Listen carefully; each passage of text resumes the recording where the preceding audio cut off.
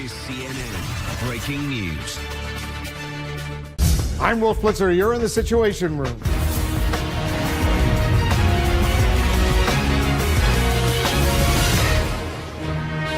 This is CNN Breaking News. We're following multiple breaking stories this hour, including the White House all but confirming that President Trump will soon officially recognize Jerusalem as Israel's capital. The expected announcement is raising fear of violent protests as Palestinian factions call for days of rage.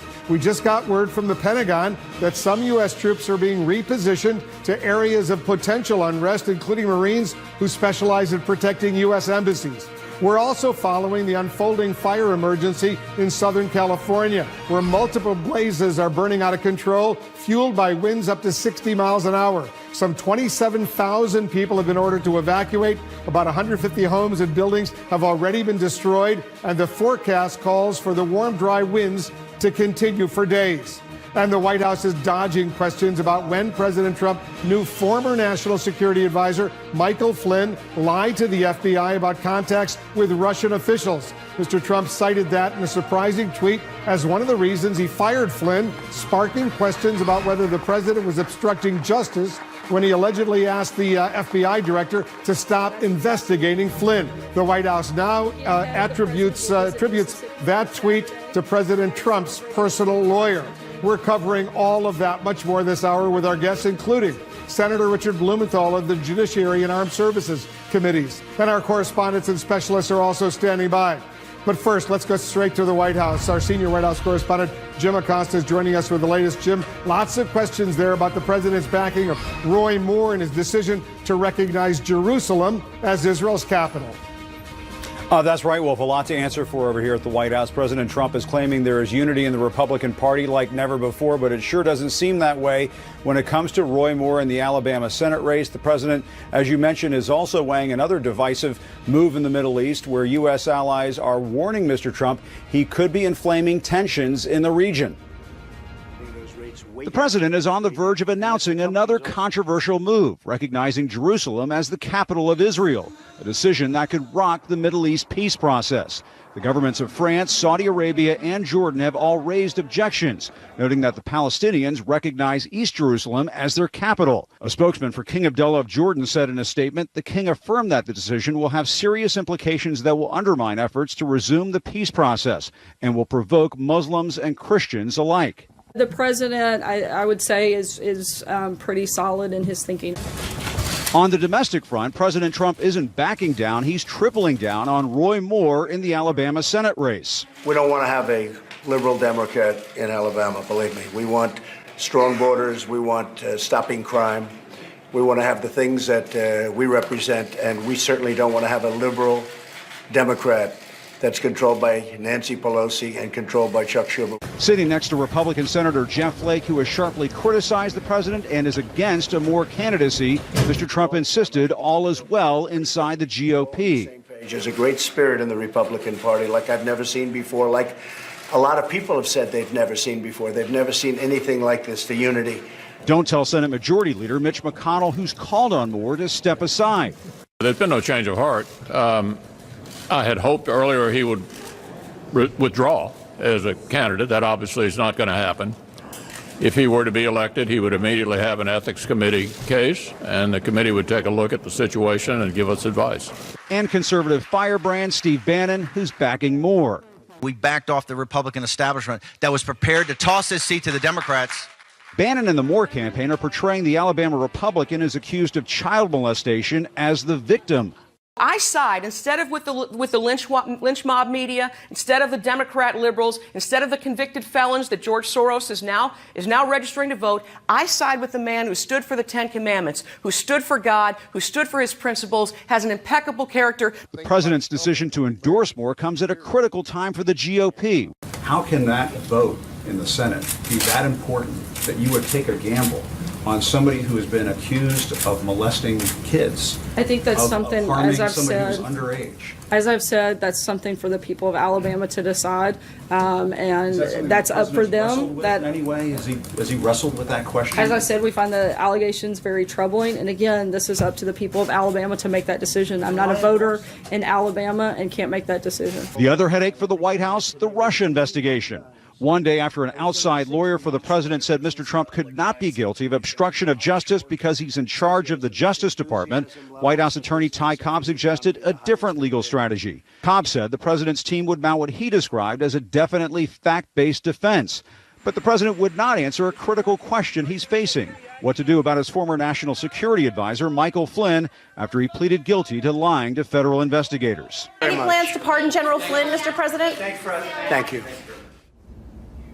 Now, as for Roy Moore, a GOP source close to the White House said there is still a debate inside the West Wing over whether endorsing the Alabama Republican is a good idea. As this source put it, there are those who share Ivanka Trump's view that there is a special place in hell for people who molest children. And Wolf, we should point out Jeff Flake, who you saw earlier in the piece, he just tweeted a picture of a check he has written for $100 for Roy Moore's opponent in the campaign down in Alabama, Doug Jones. Wolf. Very interesting indeed. All right, Jim Acosta over at the White House. Thanks very much. Let's get some more on the president's expected decision to recognize Jerusalem as Israel's capital. Some Palestinian factions are encouraging protests that they're calling days of rage, prompting a State Department warning to Americans in the region. Let's go to CNN's Ian Lee. He's joining us now from Jerusalem. Ian, how much concern is there about this potential announcement by the president? Wolf, there's a lot of concern from leaders across the region because, frankly, we're going into uncharted waters when it comes to this. The United States making a big move, potentially moving the embassy from Tel Aviv to Jerusalem and declaring Jerusalem the capital of Israel. We know that President Trump likes to fancy himself as a deal maker, but if he does go forward with this could break the deal. We've talked to a number of Palestinians who said that if the U.S. goes forward, that they don't see the U.S. as a credible partner for peace, basically telling the United States to take a seat and move to the sidelines. And so there's concern with the peace process in general. Could it go forward? But then you have to look at the neighboring countries too, and they're very concerned for any sorts of violence that they could see in their capitals across their countries. And that's why, Wolf, we've had every key ally of the United States, apart from Israel, call the president, talk to the president today, and try to convince him otherwise. Wolf? What specific security precautions, Ian, are underway tonight, not only where you are, but throughout the region? Well, that's right. U.S. diplomatic missions have increased security ahead of any announcement. We're also hearing that U.S. troops have been positioned near countries where there could be unrest to help back up the embassies in the event that something happens. The State Department is taking this very seriously because they've experienced things like this before. 2012, when the Cairo embassy was attacked by protesters and protesters were able to get over the wall. And then, of course, you have the incident in Benghazi. So U.S. diplomatic missions definitely on alert for any potential backlash. And we do know that there has been scheduled 3 days of protests here in Jerusalem and around the West Bank. Yeah, the president will be delivering his formal speech on this entire very sensitive issue tomorrow here in Washington. Ian Lee in Jerusalem, thanks very much. Let's talk a little bit more about all of this and more with Democratic Senator Richard Blumenthal of Connecticut. He's a member of both the Judiciary and Armed Services Committee. Senator, thanks very much for coming in. So what do you make of this apparent decision by the president to recognize Jerusalem as Israel's capital, and apparently at some point, we don't know when, to move the U.S. Embassy formally from Tel Aviv to Jerusalem? Jerusalem is the capital of Israel, and I've long supported acknowledging that simple fact, and so has Congress, repeatedly, in fact, as recently as earlier this year. But there have to be meaningful negotiations to advance the progress of peace. And that includes secure borders for Israel and a two-state solution. The question now really is one of timing. You just alluded to it, whether, in fact, the United States Embassy is moved and how it's moved. And most important, will the United States really pursue meaningful negotiation? Is this the right time, though, for the President of the United States to be making this dramatic announcement? Because, as you know, back in 1995, Congress passed legislation, reluctantly signed into law by then President Bill Clinton, that would move the U.S. Embassy from Tel Aviv to Jerusalem, with one caveat. There was a waiver. Every 6 months, a president could sign that waiver saying for national security reasons, the move was being delayed. And every president since then, over 20 years, every 6 months, like clockwork, signed that waiver. As you know from expertly reporting on it for so many years, this issue is very fraught in the Middle East. The question is whether it will lead to better chances for successful negotiations or whether it will in fact impede it among our allies there. We have to make sure that others come to the table as well. And the fact is that signing the waiver has been done repeatedly and now may be done again, so that the actual move of the United States Embassy may be delayed again. But it's interesting, the deadline for signing that waiver, President Trump signed it on June 1st. That's when it came up. He was supposed to sign it by December 1st. It's a few days later. He still hasn't signed it as far as we know, which means that, he's presumably going to be moving that embassy from Tel Aviv to Jerusalem. How concerned, and you're on the Armed Services Committee, are you about a violent reaction to the United States if, in fact, this move goes forward? I'm deeply concerned about the threat of terrorist reaction, and more fundamentally, the reaction on the street, the reaction of the people who compose the population of our allies. I think we need to be on the alert, both here and abroad. But we also, again, need to focus on negotiations. Ultimately, the peace process has to be revived toward a two-state solution and secure borders for Israel. Let's talk about the Russia investigation right now. The chairman of your committee, the Judiciary Committee, Senator Chuck Grassley, he's been asked to subpoena Donald Trump Jr. to testify before your committee. He's already agreed to testify before the House and Senate Intelligence Committee. What do you hope to learn from Donald Trump Jr.? Donald Trump Jr. engaged in conversations with WikiLeaks that indicated he knew about the stolen emails. Those emails that were, in fact, taken illegally from the Clinton campaign. I want to know from him under oath how he knew about those stolen emails, whether he knew at the time he was exchanging messages with WikiLeaks, and why he continued to talk to WikiLeaks, which is, in effect, a foreign intelligence service abetted by other countries, including the Russians.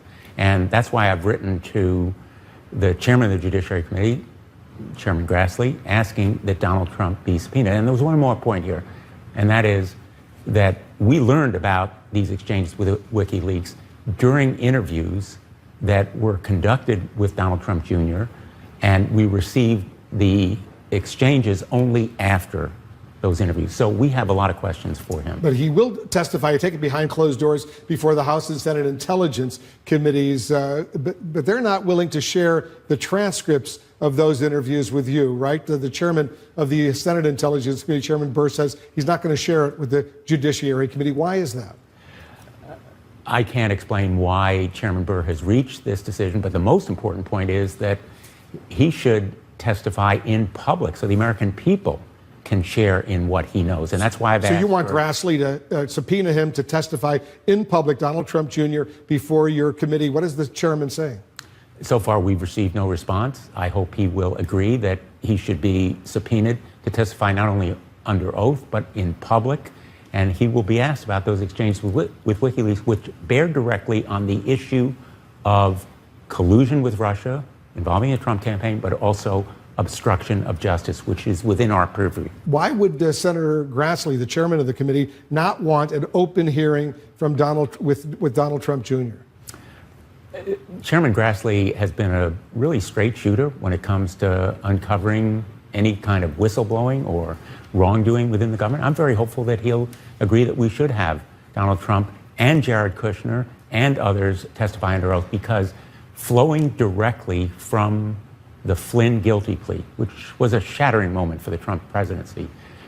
The question now is, what did they know and when did they know it about obstruction of justice? Not only Flynn, but also Pence, Kushner, and others in the administration. Because you want the Vice President of the United States to testify as well? Well, I want answers to some of the questions that logically flow from the Flynn guilty plea, such as what did he know about Flynn's contacts with the Russians during the transition when he was a very key figure. You're talking about the vice president. Exactly. All right, stand by. There's multiple breaking stories we're following. We're going to continue our interview with Senator Blumenthal right after this.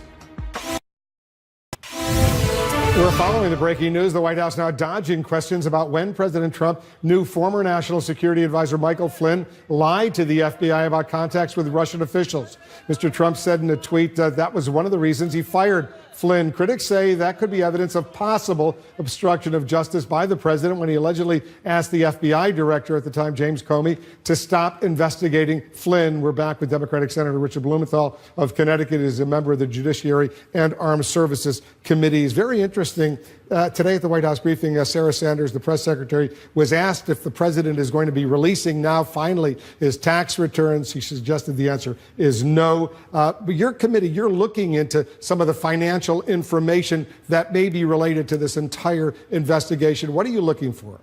There's a credible case of obstruction of justice against Donald Trump.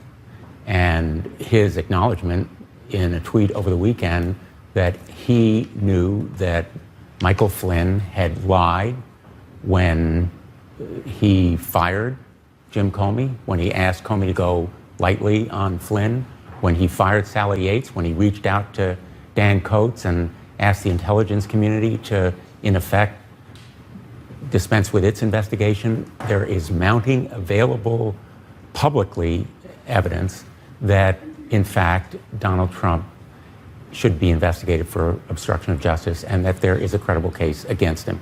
And so it's the principle of follow the money.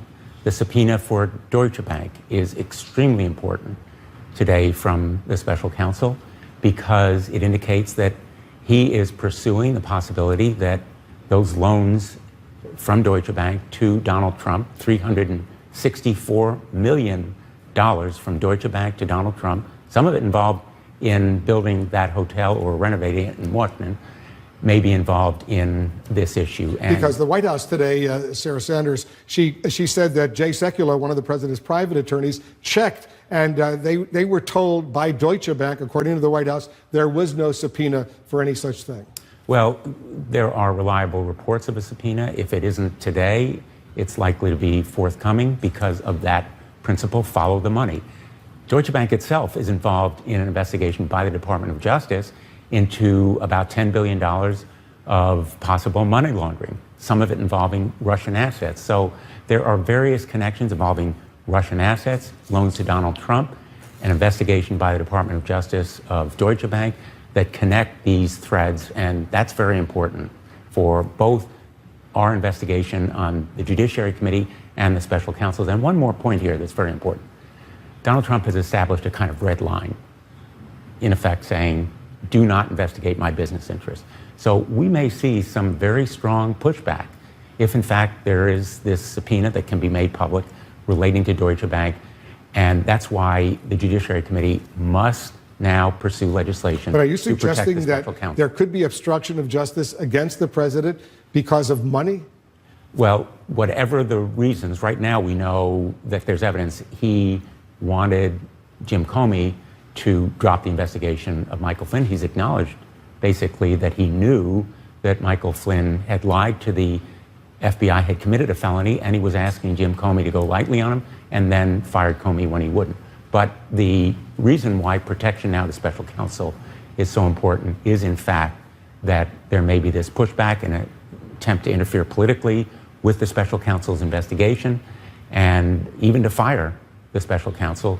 And I'm going to be advocating Chairman Grassley mark up that legislation, move it to the floor of the Senate so that there can be no firing or political interference with the special counsel. Senator Blumenthal, thanks so much for coming in. Thank you. We have more breaking news coming into the Situation Room. Up next, a live update on the rapidly spreading wildfires in Southern California. Tens of thousands are under orders to evacuate. We're following breaking news in California where an outbreak of wildfires has forced tens of thousands to evacuate. The governor, Jerry Brown, declaring a state of emergency this morning. One of the most dangerous and destructive fires in Ventura County, just northwest of Los Angeles, that has burned about 78 square miles in less than a day. CNN's Paul Verkaman is on the scene for us over there. Paul, is there any hope of containing the flames anytime soon?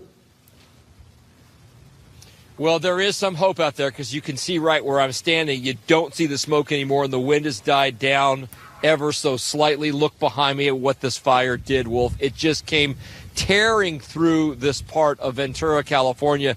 These are all multi-million-dollar homes with ocean views. And when the fire just started hauling through here, what it would do is consume one home and then skip off to the next, the embers floating through the air. They had an estimate of 150 structures burned. They said 50,000 acres. It's always difficult for them to fight a fire and then update those numbers. These chimneys are symbols of homes lost. When these fires tear through like this, they'll leave the chimney standing. And you can see where we are right now, Wolf, in this part of the Foothill neighborhood of Ventura alone, we can count 15 structures completely burned to the ground. Mass evacuations here. 27,000 people told to get out as fast as they could. Many just leaving everything behind. I mean, you can tell that's the burned out carcass of what used to be an RV and that house. We've seen people walk through here, look at a house, put their hands over their mouth, just sort of shake their head and leave, knowing that what they had is completely gone, Wolf. Very, very sad. All right, we'll stay in close touch with you, Paul. Thanks very much. Fires out in California. We're also following other breaking news here in Washington, indeed across the Middle East right now. U.S. troops have been repositioned closer to countries where angry demonstrations are likely tomorrow, if, as expected, President Trump announces the U.S. will recognize Jerusalem as the capital of Israel. Let's bring in our specialists. And Phil Mudd, let me start with you. Are you worried that this decision by the president, if he announces it tomorrow as expected, will trigger some violence against the United States?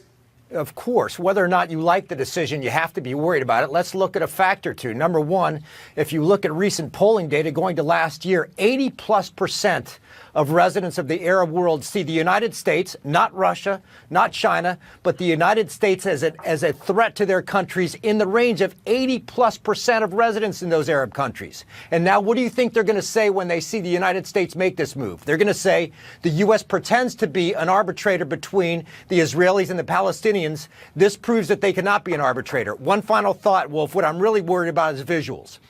For example, going back to the detention scandal in Iraq, when people really focused on that, they remember the visuals of those prisoners in Abu Ghraib prison. I'm worried about construction in Jerusalem. I'm worried about celebrations among Israelis about this event. I'm worried about major U.S. staff in Jerusalem. When those images go across the Arab world and the Muslim world, I'm afraid people are going to get out on the streets, not just in Israel, but in other countries. You know, Gloria, we're told that the president repeatedly during the campaign, you well remember, he often said he would move the U.S. embassy from Tel Aviv to Jerusalem, recognize Jerusalem as Israel's capital. Listen to what he told me during the campaign. Will you recognize Jerusalem as Israel's capital and move the U.S. embassy from Tel Aviv to Jerusalem? The answer is yes, I would. When? How quickly after you become? Quickly. I mean, it's a process, but fairly quickly. I mean, this would be fairly quickly, almost a year into his presidency, if in fact he goes through with this tomorrow. Right, it would. And I think one of the reasons he's doing it, Wolf, is because he made that promise. And Kevin Liptak, one of our White House correspondents, says that this is the rationale he is giving to foreign leaders when he talks to them and they push back on this and tell them about talk to him about the obvious downsides of all of this. He says, look, this is what I promised during the campaign and I have to do it. This is a president who is very concerned about losing his base, Wolf. He's got, 35% approval now.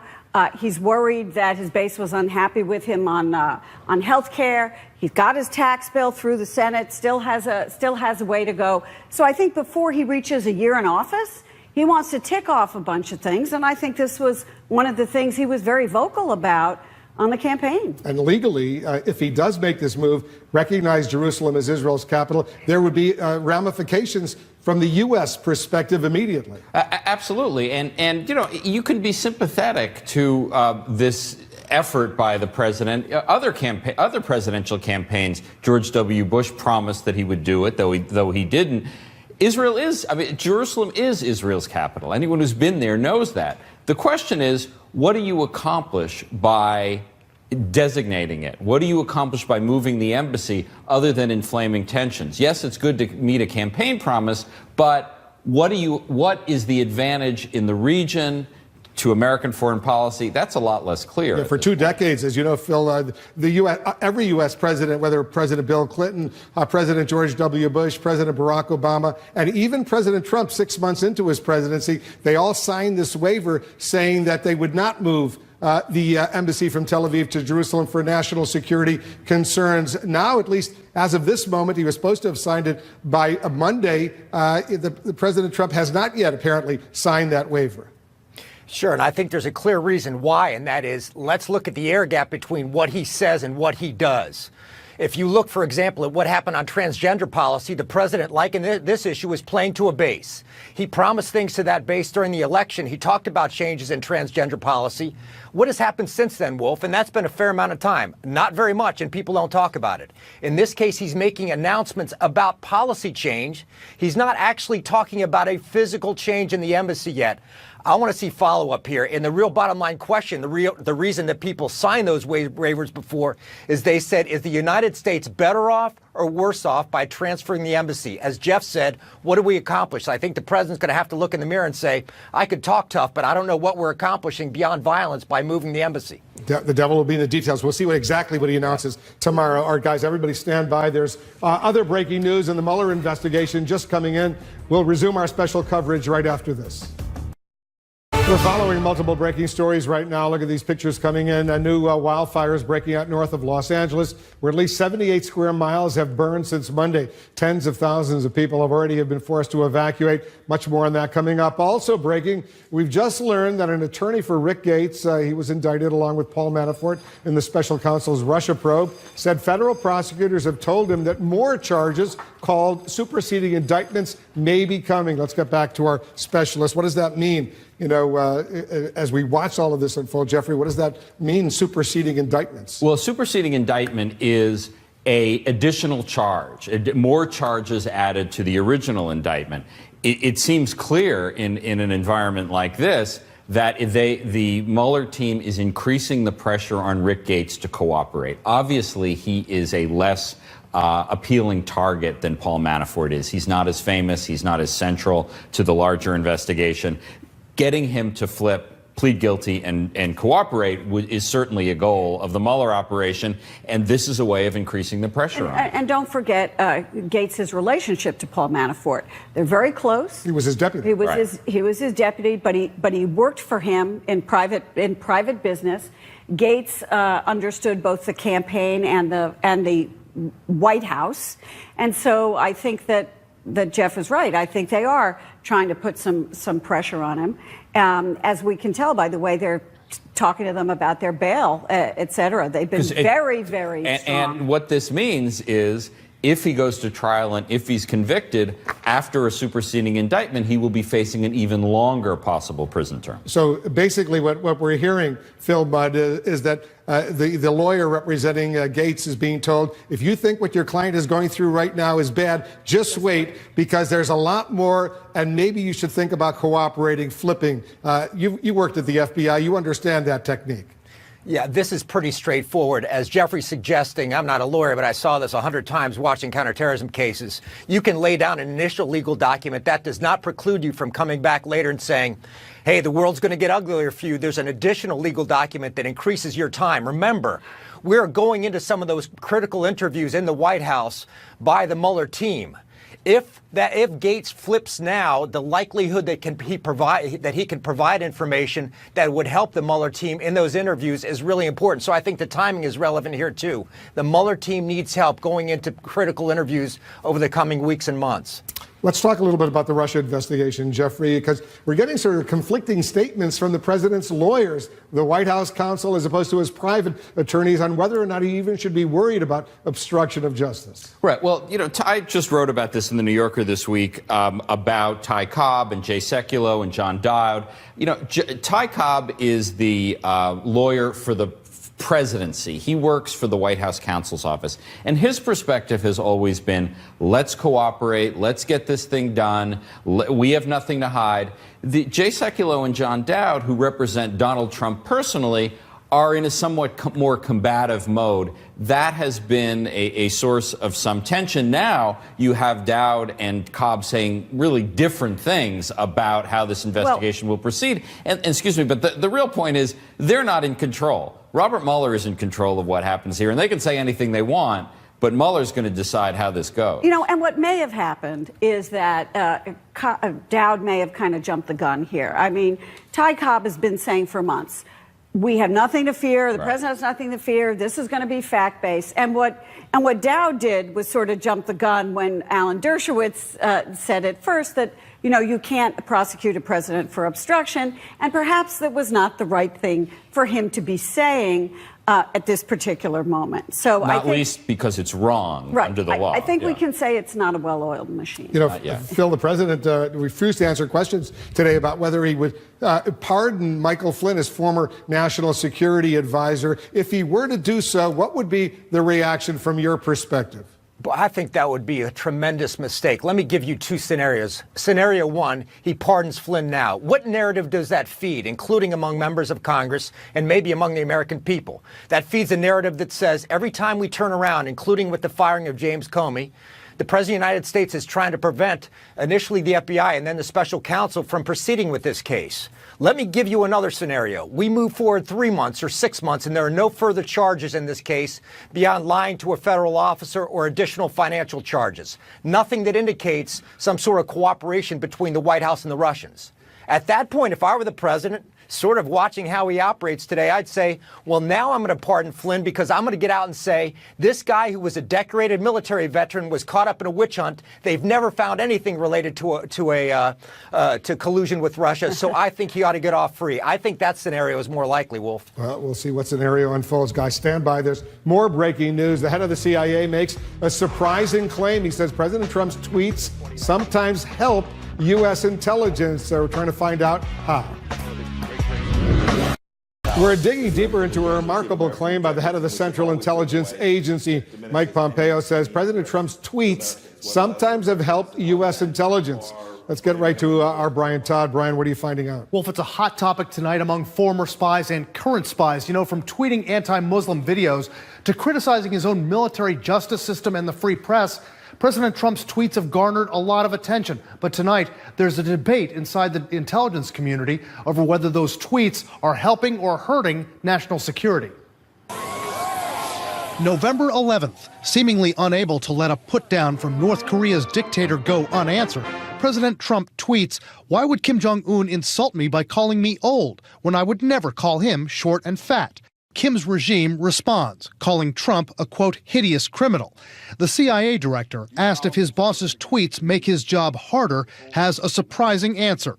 The president's tweets, Mike Pompeo believes, have sometimes helped U.S. intelligence. Our adversaries responded to those tweets in ways that were helpful to us to understand command and control issues, who's listening to what messages, how those messages are resonating around the world. Contacted by CNN, the CIA declined to give specific examples. A former CIA analyst says it's possible U.S. intelligence could benefit from the president's tweets. Kim is annoyed by the fact that our president calls him short and fat. And so if you can needle somebody, you can see how they behave, you can motivate them in certain ways, you can see how they respond in crisis situations. So that's actually quite important. But tonight, Aki Peretz and other former American spies are also warning about the dangers to national security from the president's Twitter account. The unfiltered nature of it, how does that help a foreign intelligence adversary? A foreign intelligence adversary knows what motivates the most powerful man in the world. He knows what he likes, what he dislikes, what annoys him, what pleases him. We know what TV shows he watches, what he doesn't watch. They would look into what those things are and create a mechanism to understand how to manipulate the U.S. president. That's information rivals might not have about Vladimir Putin or Ayatollah Khamenei of Iran because they're so secretive. A former CIA director says those adversaries might be eager to exploit President Trump's tweets. If I'm the head of a hostile or even friendly intelligence service, I got a new office over here. Follow that account. Tell me what this man is saying. It's tremendously revealing. February 24th, President Trump tweets, "The FBI is totally unable to stop the national security leakers that have permeated our government for a long time. They can't even find the leakers within the FBI itself." I would take finite resources if I were a foreign intelligence service, and I would push it toward the FBI, try to recruit as many FBI special agents as possible, because they're willing to talk. Now, the White House has not responded to the most recent criticism of the president's tweets and the possible damage to national security. But a source close to the White House recently told CNN the president's aides have given up on the idea of stopping him from making inflammatory remarks on social media. Wolf, yet interestingly, Brian Reince Priebus, who was the president's former chief of staff, has said he had actually stopped Trump from tweeting from time to time. That's right, Wolf. Priebus spoke last night at a forum at Duke University. He said he often had to enter the Oval Office just to stop the president from tweeting. Priebus said, quote, "I know the tweets you haven't seen. For every tweet that you've seen, there's another 9 that you didn't see." But Priebus said the president is not stupid. He knows the difference between a tweet and a nuclear bomb. And the president, he says, knows how to play the media like a fiddle. All right, Brian, thanks very much. Brian Todd reporting. There's more breaking news. We're following the State Department now warning of possible violence, and the Pentagon repositions troops ahead of President Trump's expected announcement about Jerusalem.